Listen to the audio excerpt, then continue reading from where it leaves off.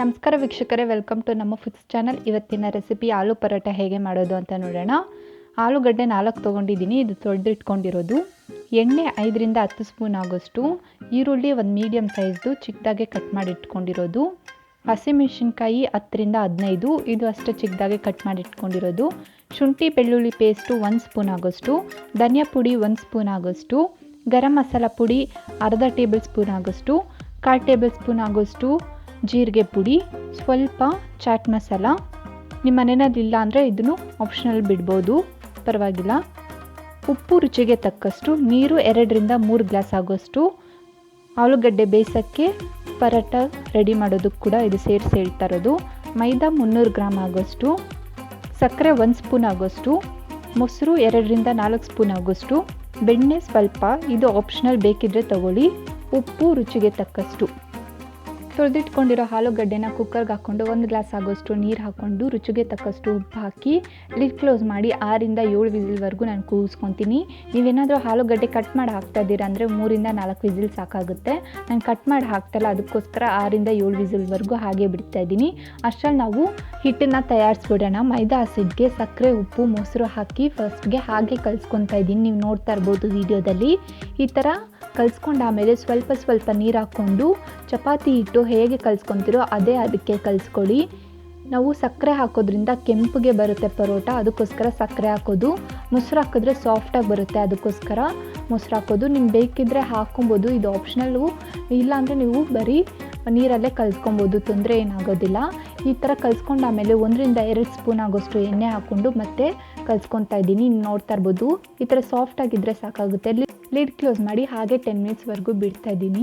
ಅಷ್ಟರಲ್ಲಿ ಆಲೂಗಡ್ಡೆ ಸಹ ಬೆಂದಿತ್ತು. ಇದನ್ನು ಕಂಪ್ಲೀಟಾಗಿ ಕೂಲ್ ಆಗೋಕ್ಕೆ ಬಿಟ್ಟು ಅದಾದಮೇಲೆ ನಾನು ಕುಕ್ಕರ್ ಲಿಡ್ ಓಪನ್ ಮಾಡ್ತಾ ಇದ್ದೀನಿ. ಕುಕ್ಕರ್ ಲಿಡ್ ಓಪನ್ ಮಾಡಿದ್ದು ಇದನ್ನು ಒಂದು ಫೋಕ್ ಸಹಾಯದಿಂದ ಒಂದು ಪ್ಲೇಟ್ಗೆ ಟ್ರಾನ್ಸ್ಫರ್ ಮಾಡ್ಕೊತಾ ಇದ್ದೀನಿ. ನೀವು ನೋಡ್ತಾ ಇರ್ಬೋದು ವಿಡಿಯೋದಲ್ಲಿ. ಈ ಥರ ಎಲ್ಲ ಆಲೂಗಡ್ಡೆನೂ ಪ್ಲೇಟ್ಗೆ ಹಾಕ್ಕೊಂಡು ಈಗ ನಾನು ಸಿಪ್ಪೆ ಬಿಡಿಸ್ತಾ ಇದ್ದೀನಿ. ನೀವು ನೋಡ್ತಾ ಇರ್ಬೋದು ವಿಡಿಯೋದಲ್ಲಿ.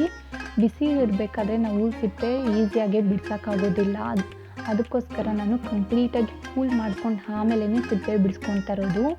ಯಾವುದೇ ಕಾರಣಕ್ಕೂ ಅದ್ರ ಮುಂಚೆನೇ ಸಿಪ್ಪೆ ಬಿಡಿಸ್ಕೊಳಕ್ಕೆ ಹೋಗಬೇಡಿ, ಕೈ ಬಿಸಿತಾಗುತ್ತೆ. ಅದಕ್ಕೋಸ್ಕರ ಈ ಥರ ನೀಟಾಗಿ ಸಿಪ್ಪೆ ಬಿಡಿಸ್ಕೊಂಡಾಮೇಲೆ ನಾನು ಒಂದು ಫೋಕ್ ಸಹಾಯದಿಂದ ಈ ಥರ ಸ್ಮ್ಯಾಶ್ ಮಾಡ್ಕೊತಾ ಇದ್ದೀನಿ. ನೋಡ್ತಾ ಇರ್ಬೋದು, ಇದು ನೀಟಾಗಿ ಸ್ಮ್ಯಾಶ್ ಆಗುತ್ತೆ.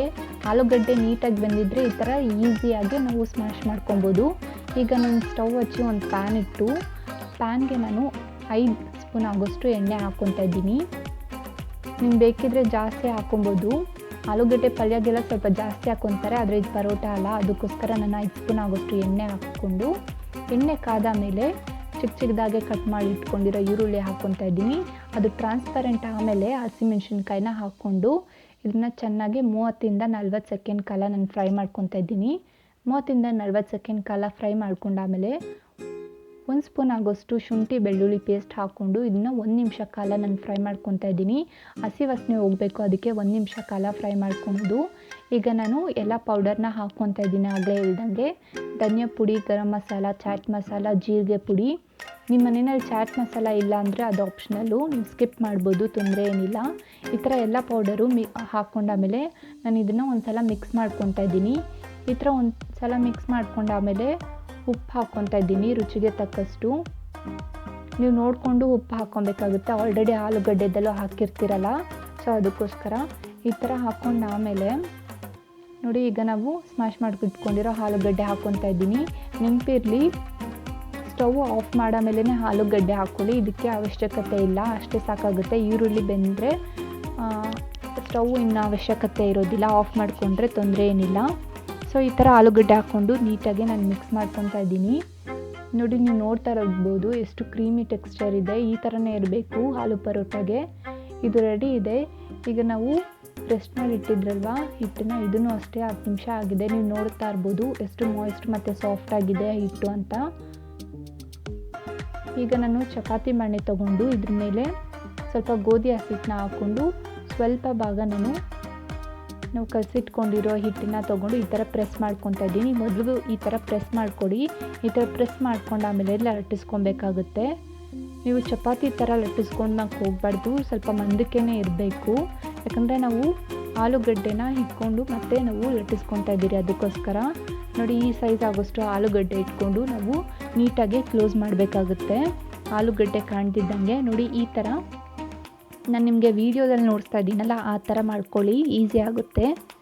ಈ ಥರ ಎಲ್ಲನೂ ಒಂದು ಕಡೆ ತಗೊಂಡು ನಾವು ನೀಟಾಗಿ ನೋಡಿ ಈ ಥರ ಬಿಡುತ್ತೆ ಮೈದಾ ಹಸಿಟ್ಟಾಗೋದ್ರಿಂದ. ಸೊ ಅದಕ್ಕೆ ನೀಟಾಗಿ ಕ್ಲೋಸ್ ಮಾಡಿಕೊಂಡು ಮತ್ತೆ ಬಾಲ್ ಟೈಪಲ್ಲಿ ನಾನು ಮಾಡಿಕೊಂಡು ಇದನ್ನು ಕೈಯಲ್ಲೇ 2ರಿಂದ 4 ಸಲ ಹಾಗೆ ಪ್ರೆಸ್ ಮಾಡ್ತಾಯಿದ್ದೀನಿ. ಸೊ ಈ ಥರ 2ರಿಂದ 4 ಸಲ ಪ್ರೆಸ್ ಮಾಡಾದಮೇಲೆ ಈ ಥರ ಚಪಾತಿ ಮಣೆಲೆ ಹಾಕಿ ಈಗ ನಾನು ಸ್ವಲ್ಪ ಗೋಧಿ ಹಸಿಟ್ಟನ್ನ ಹಾಕ್ಕೊತಾ ಇದ್ದೀನಿ.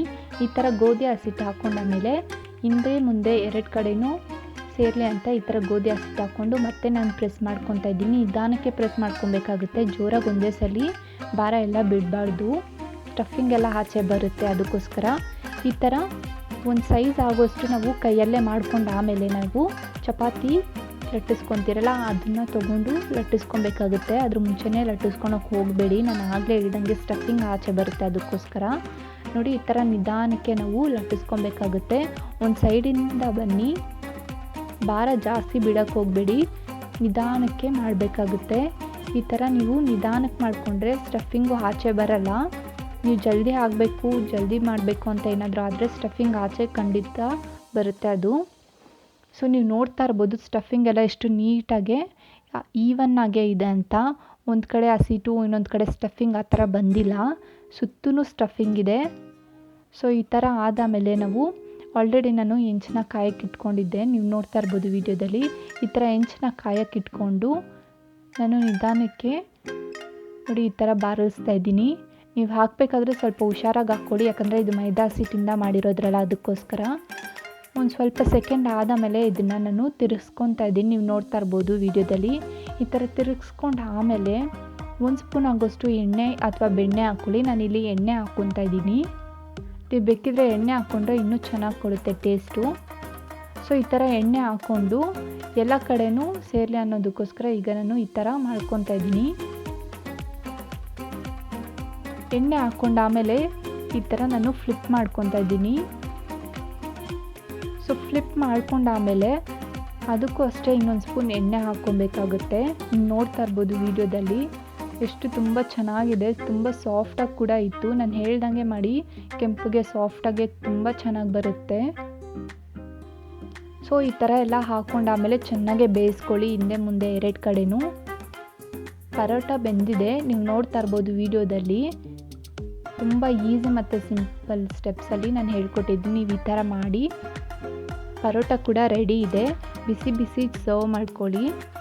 ಪರೋಟಾಗೆ ಬೆಸ್ಟ್ ಕಾಂಬಿನೇಷನ್ ಏನಂದರೆ ಬೆಣ್ಣೆ ಮತ್ತು ಉಪ್ಪಿನಕಾಯಿ, ಇಷ್ಟೇ ಸಾಕಾಗುತ್ತೆ. ಚಟ್ನಿ ಅದು ಇದು ಮಾಡಬೇಕು ಅನ್ನೋ ತೊಂದರೆ ಇರೋದಿಲ್ಲ. ಸೊ ಒಂದು ಸಲ ಟ್ರೈ ಮಾಡಿ ನೋಡಿ ನೀವು ಮನೆಯಲ್ಲಿ, ತುಂಬ ಚೆನ್ನಾಗಿರುತ್ತೆ. Thank you.